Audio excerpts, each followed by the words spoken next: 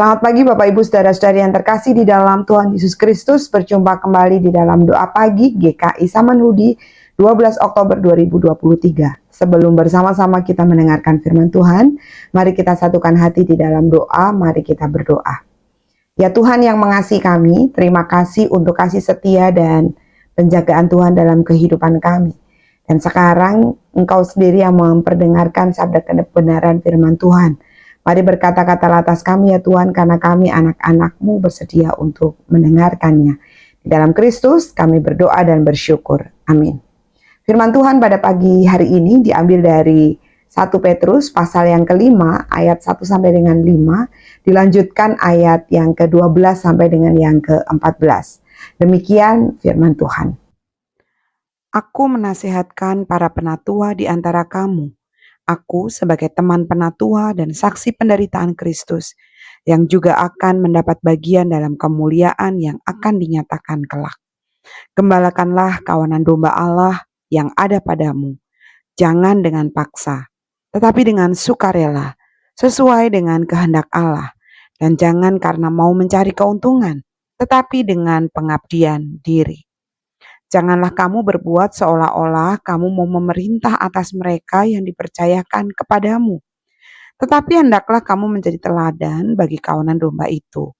Maka kamu, apabila Gembala Agung datang, kamu akan menerima mahkota kemuliaan yang tidak dapat layu.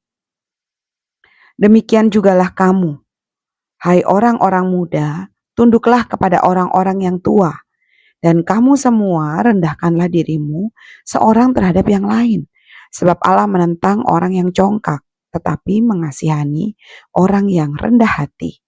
Dengan perantaraan Silwanus yang kuanggap sebagai seorang saudara yang dapat dipercayai, aku menulis dengan singkat kepada kamu untuk menasehati dan meyakinkan kamu bahwa ini adalah kasih karunia yang benar-benar dari Allah.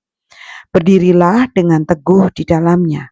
Salam kepada kamu sekalian dari kawanmu yang terpilih yang di Babylon, dan juga dari Markus anakku.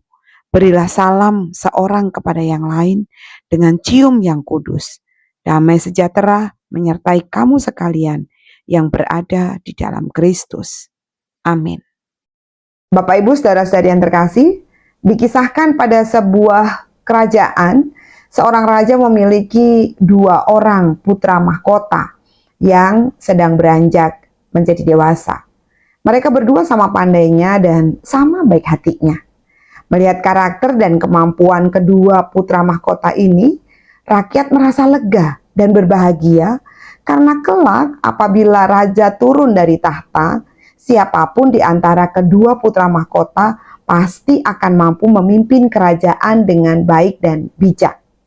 Akhirnya tiba waktunya raja harus menentukan pilihan siapa penerus tahta di antara kedua anak tersebut. Nah, setelah memikirkan cukup lama, maka suatu hari dipanggillah keduanya untuk menghadap raja. Anakku, ayah tahu kalian berdua sama-sama pandai, berprestasi serta dan mencintai kerajaan ini. Ayah menyayangi kalian dan tidak pernah membeda-bedakan. Umur ayah sudah semakin tua. Suatu hari kelak, ayah harus menyerahkan tahta kerajaan ini kepada salah satu di antara kalian. Entah siapapun kelak yang memerintah kerajaan ini, kalian harus tahu dan mengerti bahwa ayah tidak pernah meragukan kemampuan kalian dan tetap mencintai kalian sama besarnya. Setelah diam sejenak, sang raja melanjutkan, ada yang ayah ingin kalian pikirkan baik-baik sebelum menjawab. Dan jawaban kalian akan menentukan seberapa besar kebijaksanaan yang kalian punyai untuk menjadi diri sendiri dan pemimpin di kemudian hari. Apakah kalian siap mendengar? Keduanya kemudian menganggukkan kepala dan bersamaan menjawab, kami siap.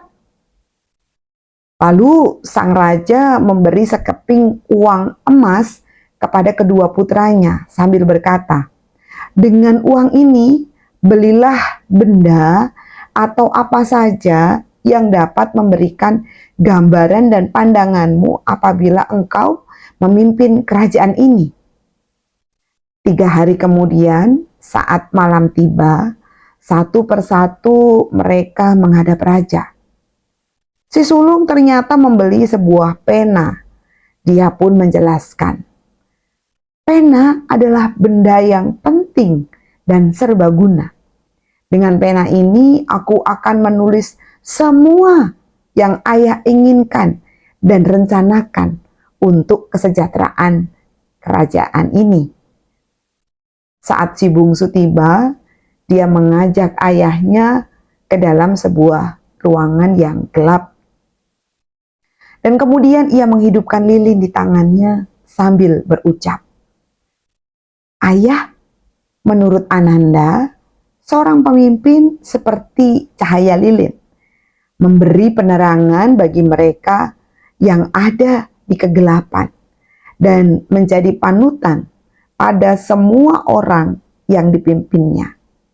Dan setiap pemimpin, ia harus rela berkorban untuk penerangan itu sendiri."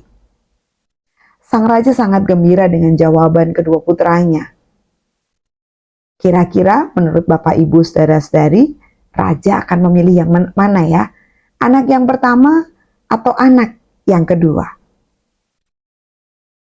Setelah menganalisa secara sesama, akhirnya sang raja memilih anak kedua sebagai calon penerus tahta kerajaan.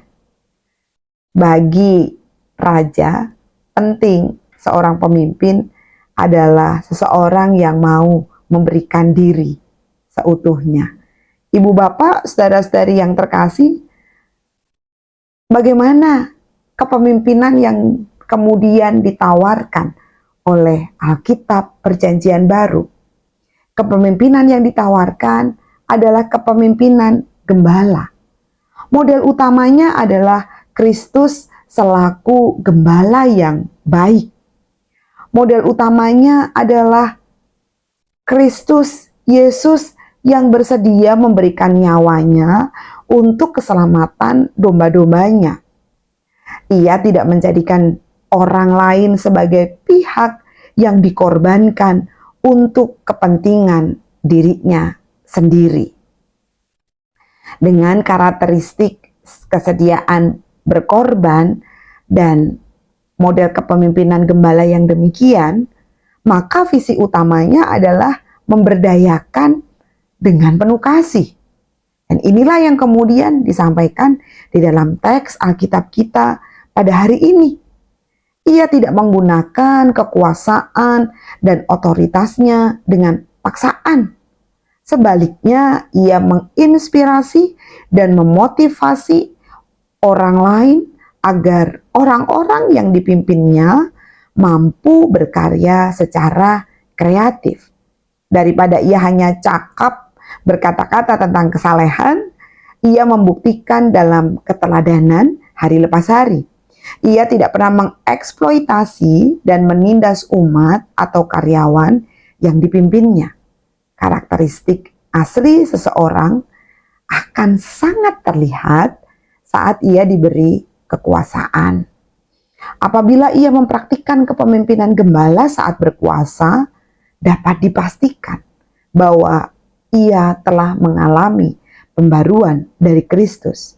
Dan perilaku seseorang yang menindas, memaksa, dan mengeksploitasi bukan sekadar ia tidak layak menjadi pemimpin, tetapi utamanya ia adalah pribadi yang bermasalah. Ia membutuhkan pemulihan. Bapak Ibu, saudara-saudari yang terkasih, saya dan Anda adalah para pemimpin. Paling tidak memimpin diri sendiri. Pertanyaannya adalah, apakah kita juga memiliki kepemimpinan gembala? Kita mau memberikan diri kita bukan hanya untuk orang-orang yang kita kasihi, tetapi orang-orang yang kita gembalakan. Sebab bukankah ini tugas kita sebagai pengikut Kristus, menggembalakan satu dengan yang lain. Kita boleh menjadi pemimpin bagi satu dengan yang lain. Pemimpin yang tidak menindas, tetapi pemimpin yang memberi diri sebagaimana Kristus memberi diri untuk kita. Kiranya Tuhan menolong dan memberkati kita. Amin. Mari kita berdoa.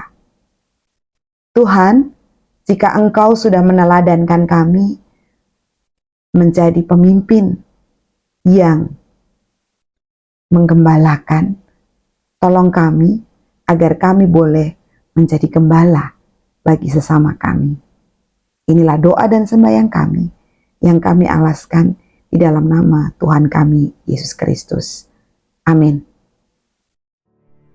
Bagi Bapak Ibu yang memiliki pergumulan khusus dan ingin didoakan, bisa menghubungi rekan-rekan pendeta di nomor berikut.